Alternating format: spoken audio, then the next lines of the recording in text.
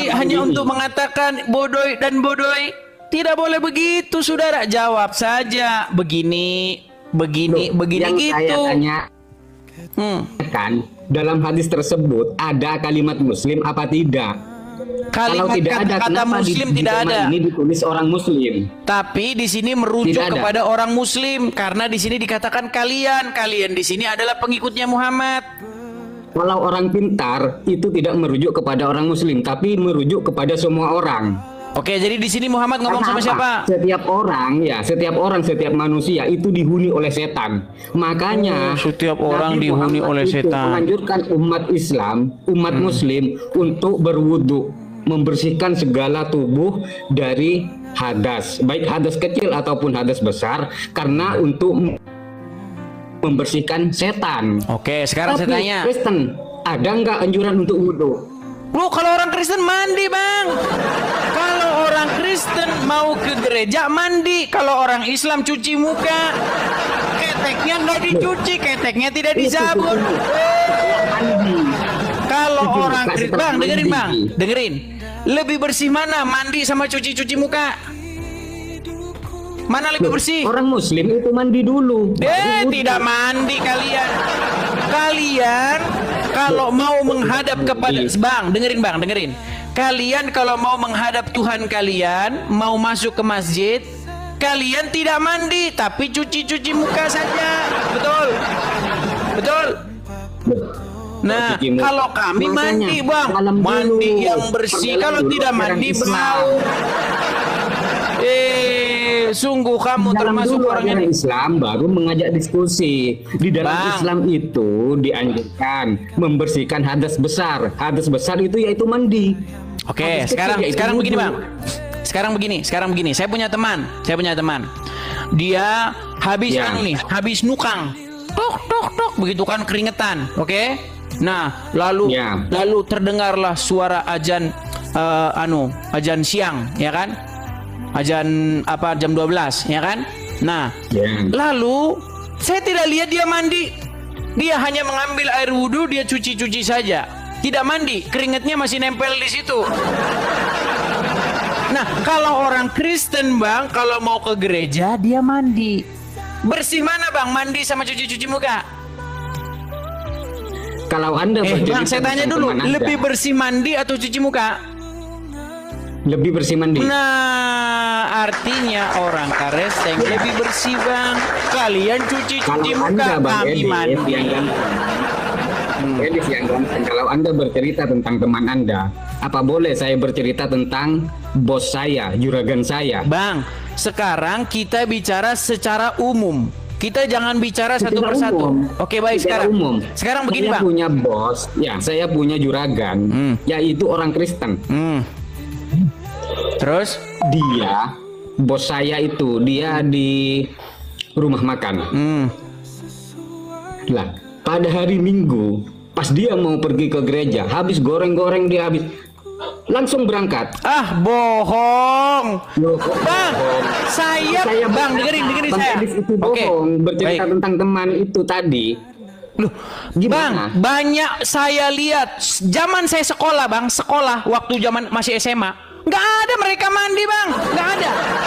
Setelah mereka pelajaran jam ini jam 11, teng pulang kan, kalau Jumat kan pulang cepat, zaman sekolah dulu, ya kan? Langsung pergi ke masjid. Kami kan ada ekstrakurikuler tuh setiap hari Jumat. Nggak ada mereka mandi, semuanya nggak mandi. Semuanya habis keringetan, bau-bauan di kelas langsung masuk ke masjid. Bau keringet di dalam masjid, Bang. Saya saksi. Saya dulu waktu SMA, saya sering ke masjid ikut-ikutan. Baunya setengah mati, Bang, kalau anak-anak sekolah. Sungguh Anda nekat yang nyata. Nggak ada satupun yang mandi. Loh, nggak ada satupun yang mandi, Bang. Itu fakta. Keringetnya Bukan numpuk fakta, semua. tapi itu cerita Anda. Di masjid sekolah. Cerita kamu. Kok cerita saya sih, Bang? Fakta. Tapi Itu fakta saya dengar, Bang. tertulis. Dengar. Tapi selama saya ke gereja, saya belum pernah lihat ada orang Kristen yang nggak mandi ke gereja, Bang. Mandi, wangi-wangi, datang ke gereja. Tapi, Bang, yang lebih penting daripada itu gini, Bang. Sebenarnya, Bang, di dalam Bible Tuhan itu tidak melihat fisik, Bang. Tuhan itu tidak melihat pakaian, Tuhan itu tidak melihat bungkus, tetapi dia melihat hati. Seperti yang tertulis di dalam Bible. Manusia melihat apa yang tampak, tetapi Tuhan melihat hati. Sekarang saya mau tanya sama abang, Tuhannya abang lihat hati atau lihat kaki? Lihat hati. Oh, bohong. Nih, saya kasih tunjuk, Pak. Sejak kapan Tuhan kalian melihat hati? Nih, Anda lihat kaki ini, dan Anda lihat kaki ini. Ya, ini posisi duduk. Ada tahiyat awal, ada tahiyat akhir, betul? Ya. Nah, sekarang saya tanya, kenapa kakinya harus begini? Tolong jelaskan. Men, seret. Coba jelaskan, Pak. Ini kenapa harus begini dan ini kenapa harus begini? Apa ini kaitannya dengan Tuhan? Makanya saya bilang Tuhan Anda melihat kaki. Tuhan di dalam Bible melihat hati manusia. Kita membawa hati kita kepada Tuhan. Tapi Tuhan kalian tuh liatin kaki. Salah dikit kakinya tidak sah sholatnya, Pak. Walaupun begitu, Muslim tidak akan tahu kenapa kakinya begitu, kecuali berasumsi. Iya, saya berani terjun dari Monas, Bang. Kalau ada orang Muslim yang tahu ini kenapa harus begini kakinya, lompat saya dari Monas. Kecuali ngarang. Kalau ngarang pinter, Bang. Oh, itu kaki begini biar sehat. Kalau begini itu syaratnya begini, tapi semuanya ngarang, nggak ada dalilnya. Coba tunjukin dalilnya di hadis. Kenapa posisinya harus begini? Satu ditekuk begini, satu begini. Coba. Gini, Bang, ya. Silakan. Ini berarti sudah pergi dari tema yang tadi ya? Oh, mau balik lagi ke tema? Tema yang tadi itu belum selesai. Oke, silakan. Oh, kalau ini nanti langsung meninggal dia. Kita balik lagi. Nanti kalau ke sini langsung meninggal, sudah. Oke, kita balik lagi ke tema yang tadi, silakan. Mulai tadi yang dibahas, banyak Muslim itu kalah itu tentang tema ini. Silakan. Jadi saya mau menyelesaikan tema ini dulu. Silakan, Bang, silakan. Ya. Ada setan di lubang hidung orang Muslim. Betul kan? Kenapa tema ini ada tambahan kalimat Muslim, sedangkan dalam hadisnya itu tidak ada? Karena di hadis ini berbicara tentang Muslim. Kok bisa Bang Edis itu bilang berbicara tentang Muslim? Karena Muhammad ngomongin itu pasti sama pengikutnya, dan pengikutnya itu Muslim. Nggak mungkin Muhammad lagi ngomong sama orang Kristen. Mana berani dia ngomong begitu sama orang Kristen, sama orang Nasrani. Itu kepada orang. Iya, orang itu Muslim tidak? Loh, Bang Edis orang apa bukan? Bang, di dalam konteks ini orang apa bukan? Saya orang. Orang, berarti masuk dalam lingkup hadis tersebut. Tidak, karena apa? Karena saya bukan termasuk pengikut Muhammad. Bang, coba dengerin pelan-pelan. Pelan-pelan, Bang, pelan-pelan. Di sini Muhammad berbicara. Ya. Lawan bicaranya orang Muslim atau orang Nasrani? Gimana? Ketika Muhammad sedang berbicara, jikalau kalian bangun tidur, dia ngomong begitu, kalian di situ orang tidur. Dia ngomong begitu, kalian di situ orang Nasrani atau orang Muslim?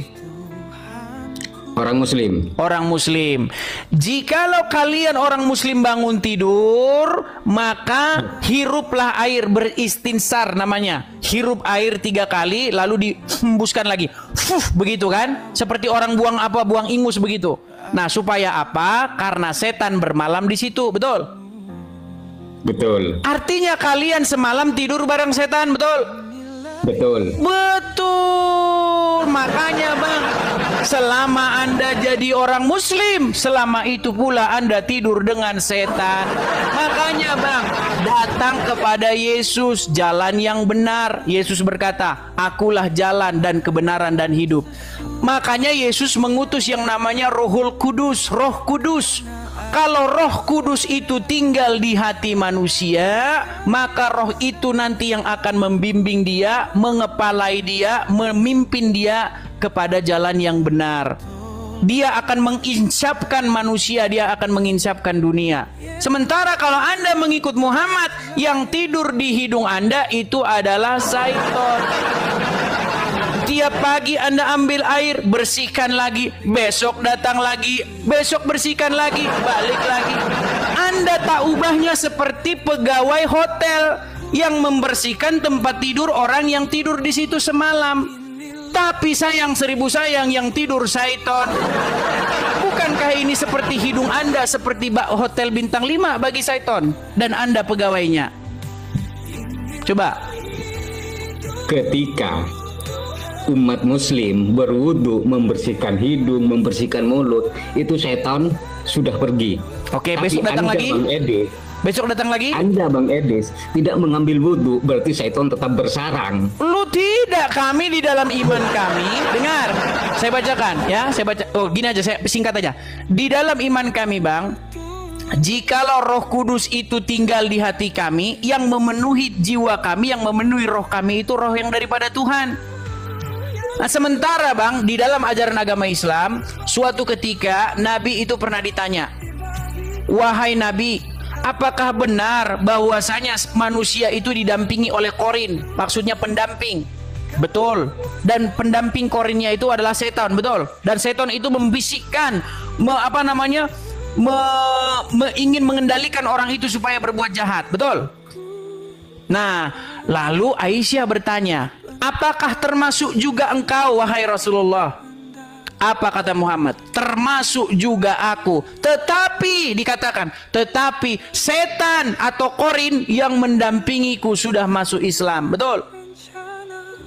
Nah, artinya apa? Artinya setan sudah masuk Islam. Betul? Sementara kata Yesus bahwa setan itu adalah bapa segala dusta. Nah, kenapa? Karena setan sudah masuk Islam, sudah ini. Tahu nggak apa kata Muhammad di dalam hadis? Betulkah bahwa Muhammad mengajari umat muslim boleh berdusta di dalam 3 perkara? Betul? Jangan malu-malu, Bang. Jangan ada suara. Betul tidak? Muhammad mengajari umat muslim boleh berdusta dalam 3 perkara. Betul? Betul. Betul. Makanya, Bang, apa yang Yesus katakan? Dikatakan oleh Yesus, setan adalah bapa segala dusta. Dan setan menurut Muhammad sudah masuk Islam. Makanya Muhammad mengajari kalian boleh berdusta dalam 3 perkara. Di dalam Injil dikatakan, jika iya, katakan iya. Apa yang lebih daripada itu berasal dari si jahat. Tapi Muhammad mengizinkan orang muslim boleh berdusta di dalam 3 perkara. Coba Bang, siapa yang mau Anda ikuti? Anda mau ikuti Yesus atau mau ikut Muhammad? Perkara. Apakah Anda, Bang Edis, sudah tahu 3 perkara tersebut itu apa? Baik. Loh, kemana Anda perginya ini? Saya tidak turunkan loh ya. Saya tidak turunkan teman-teman. Silakan naik lagi. Aduh, berat ini saudara. Iya, shalom teman-teman semua. Terima kasih sudah menonton video ini dan kiranya video diskusi antara Edis dengan saudara-saudara kita para polemikus muslim ini bisa memberikan kita pengetahuan dan juga kita bisa belajar untuk mencerdaskan kita kembali teman-teman ya tentang keyakinan kita masing-masing, mana yang lebih logika untuk diikuti dan mana yang lebih logika untuk tidak diikuti. Nah, teman-teman, kita sudah tahu bagaimana mereka panjang lebar membahas tentang kedua agama ini. Tetapi ada satu yang saya perhatikan dari pembahasan mereka, yaitu tentang bagaimana mereka menilai bahwa diri mereka itu bersih hanya dari luarnya saja. Jadi ketika mereka mencuci muka, mencuci tangan, ya seolah-olah mereka sudah bersih dan layak di hadapan Tuhan mereka. Nah, tidak demikian di dalam kekristenan. Dalam kekristenan, yang dibersihkan itu bukan hanya bagian luarnya, tetapi justru yang lebih diutamakan bersih adalah hatinya.